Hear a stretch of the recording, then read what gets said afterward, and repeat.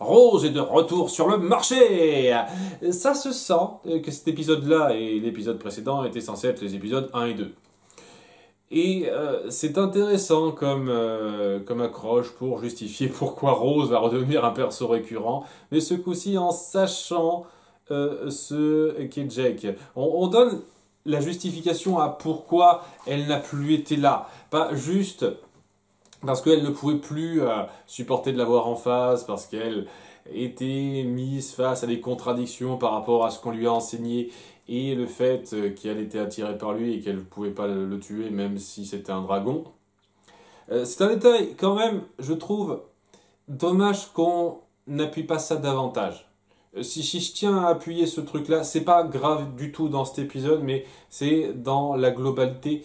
Je trouve que dans la considération de Rose, toute sa vie, elle a été élevée pour croire que les dragons sont ses pires ennemis, que les créatures magiques doivent être capturées, tuées. Et maintenant, elle est un peu en mode, c'est une gentille, je suis avec toi, je vais faire en sorte d'arrêter les chasseurs. C'est ce qui se passe à la fin de cet épisode, et c'est clairement appuyé par ses actes. Et aussi par ce qu'elle a dit dans l'épisode précédent. Et j'aurais pas été contre qu'on appuie un tout petit peu cette transition entre celle qui était persuadée de vrai pour ce qui était juste du côté des chasseurs et celle qui veut lutter contre les chasseurs avec Jake parce qu'elle a compris les erreurs de sa voix. Pas juste parce que Jake c'est son petit copain. Ça, c'est un peu un souci global, pas vraiment par rapport à cet épisode précis. Bon, il va y avoir 2-3 petits soucis malheureusement qui vont empêcher cet épisode d'être extraordinaire, même s'il est bien. Puisque, bon, ça commence au bahut avec un bal qui se prépare. Oh putain de merde. C'est toujours pareil. Je ne sais pas, je ne comprendrai jamais cette obsession que vous avez avec ça dans vos histoires. Il y a un bal qui arrive. Ah, c'est n'est que le 10e cette année. Bon. Et on met un petit peu en place que Ted, ce coup-ci, veut pas juste partir là-bas par défaut avec Tracy. Il veut essayer de dragouiller un petit peu, voir s'il y a une fille qui est attirée par lui. Pas du tout. Les filles sont pas du tout intéressées d'une seule seconde. Alors que Tracy, elle, ben si. Elle peut sortir avec Kyle, le mec qu'on a un tout petit peu appuyé dans l'épisode 1. Dans cet épisode 1, elle a bien appuyé qu'elle avait une attirance assez prononcée envers ce Kyle, le beau gosse du bahut. Et là maintenant, elle sort avec lui, elle est toute contente. Et Ted a du mal à masquer sa jalousie. Et on va un tout petit peu appuyer ça, même si évidemment ce n'est pas du tout le point le plus intéressant, le plus central de cet épisode, puisque on va surtout se centrer sur Jake, qui est toujours en train de regretter Rose, mais c'est pile à ce moment-là que les jumelles oracles arrivent.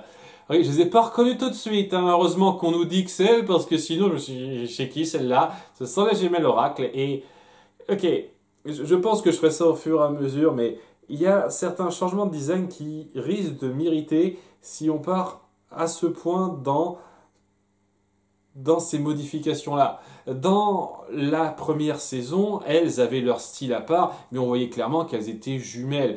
Elles essayaient pas d'appuyer à ce point qu'il y avait la joyeuse et la blasée du lot. Là, c'est regardez-moi, je suis gothique, tout me fait chier. Et oh, je suis trop joyeuse, je suis blonde, regardez. Limite, je sais que c'est des jumelles, mais est-ce que c'est encore censé être des jumelles maintenant? Elles se ressemblent plus du tout, il n'y a plus rien qui amène ça. Et je trouve que c'est vraiment dommage. Il y avait un peu de subtilité dans la façon d'approcher ces personnages dans la saison 1. Là, c'est juste on encule la subtilité. Plus rien à foutre. C'est ça qui est un peu chiant. Enfin bref, elles sont là pour prévenir Jake que le clan des chasseurs prévoit quelque chose de pas très bien, ce qui est donné, mais apparemment ils ont un grand plan bien dangereux et ce serait bien d'être un peu au courant que ça va arriver. Ok, et en même temps, comment on fait? Comment on fait pour les retrouver? Eh ben, il existe un signal qui permet un tout petit peu de repérer et d'intercepter des téléportations de chasseurs. Il y a une espèce de truc qui a été mis quelque part en terre. Je sais pas exactement comment ça marche, j'ai pas bien saisi comment c'était amené ce truc-là. Cette espèce de dispositif magique et aussi technologique que Grand-père et Foodog n'ont jamais réussi à pleinement capter, mais en l'espace de 10 secondes, Ted, le génie informatique, a réussi à le faire. Il a hacké le coin et maintenant il sait comment utiliser cet engin. Waouh! Je ne savais pas qu'il était à ce point doué en informatique, c'est un truc qui a été appuyé avant. Est-ce que c'est un détail de la saison 1 dont je me souviens pas? Enfin bref, voilà, grâce à ça, il sait repérer la provenance de créatures en tout genre, pas seulement des chasseurs. Au début, il se plante un petit peu, il fait une coquille et il invoque un chat démon. Mais après, il invoque deux chasseurs qui étaient en pleine téléportation et donc il les intercepte à mi-chemin avec ça. Et ils vont être capturés et Ted et Jake vont se déguiser pour les remplacer et se faire passer pour eux dans cette espèce de camp de formation pour chasseurs. C'est une espèce d'aile de cours un peu similaire au lycée qu'ils ont, on fait des parallèles assez directs, où des tonnes d'élèves en tout genre étudie la meilleure façon d'être un chasseur, de lutter contre les créatures surnaturelles, et comme quoi les dragons c'est notre pire ennemi, etc. Alors, j'aime beaucoup l'idée. Franchement, je trouve que c'est très intéressant de voir que c'est un héritage qui se perdure via la transmission de savoir, via des cours directs comme ça. Je trouve ça très intéressant. Le fait qu'on fasse des parallèles aussi direct avec le lycée pour dire que jeunesse doit se faire même quand on est du côté de l'ennemi. C'est un peu mignon, un peu rigolo, peut-être un tout petit peu excessif. Le seul détail qui me gêne là-dedans, franchement, c'est la représentation des deux blaireaux qui vont remplacer le numéro 88 et le numéro 89. Ce sont deux gros glandus qui se la pètent, des nerds de base qui n'ont absolument rien à faire dans une école un tant soit peu stricte en fait. Et c'est ça le truc qui rend la chose un peu bizarre pour moi, c'est que devrait y avoir un caractère strict dans la sélection des élèves qu'on a. Ces deux blaireaux ne devraient pas être des élèves. Et c'est ça le problème, ça ne sert absolument à rien que ce soit deux blaireaux. Vraiment, ça n'a absolument aucun intérêt que ce soit de blaireau, c'est juste pour forcer la blague, et c'est, je pense, le souci le plus important que j'ai avec cet épisode. Il y en a un autre qui va se poser un peu plus loin. Vous auriez tout simplement pu en faire des gens lambda, pas des blaireaux en fait.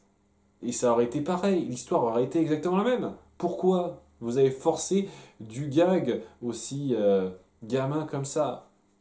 Je sais que c'est une série légère, mais à un moment donné, c'est bien de savoir amener son humour et de savoir le doser un petit peu. Parce que quand je vois le final de l'épisode précédent, quand je vois comment beaucoup de choses sont traitées dans cet épisode, ce n'est pas une série gaguesque avec absolument aucun enjeu dans l'écriture. Franchement pas. Donc, ouais, ça c'est un peu problématique. Il va aussi y avoir le problème qu'à un moment donné, Foodog les surveillera pas bien et ils se libéreront d'eux-mêmes de leur cage pour forcer un peu un développement. Ce qui n'est pas forcément... C'est pas le plus grave, ça. C'est juste que ça aurait pu être mieux amené. Voilà, ça fait partie du problème global, cette partie-là.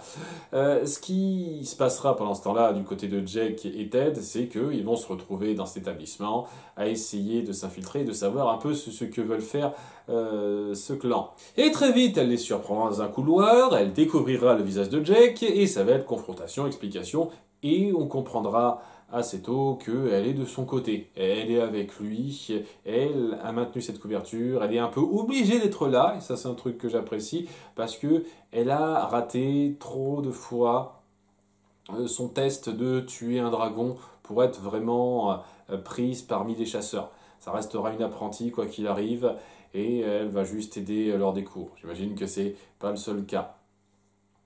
Donc, en étant dans cette situation-là, elle est du côté de Jake maintenant. Elle ne veut pas qu'il lui arrive du mal, elle est prête à l'aider pour qu'il puisse se tirer de là. Et en plus de ça, on joue sur le fait que l'épisode précédent, elle lui a envoyé un message par rêve, comme quoi le clan des chasseurs prévoyait quelque chose de peu reluisant. Elle est donc prête à les aider pour qu'ils se barrent en prenant un petit peu les données de leur ordinateur central. Ils vont donc mettre en place certains points pour arriver à avoir ces informations. Seulement, lors d'un cours de chimie, Jake va faire une petite bourde dans une manip et faire un peu exploser la classe, c'est très typique. Mais surtout, on leur a demandé de faire une mixture qui peut tuer les dragons.